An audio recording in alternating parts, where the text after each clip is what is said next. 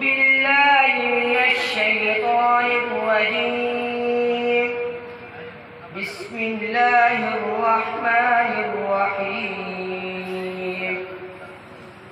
ولقد آتينا إبراهيم رشده من قبل وكنا به عالمين.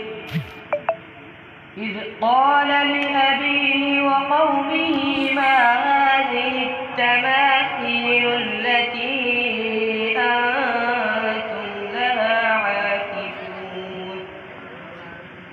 قالوا وجدنا آباءنا لها عابدين. قال لقد كنتم أنتم وآباؤكم في ضلال مبين. قالوا أجئتنا بالحق أم أنت من اللاعبين؟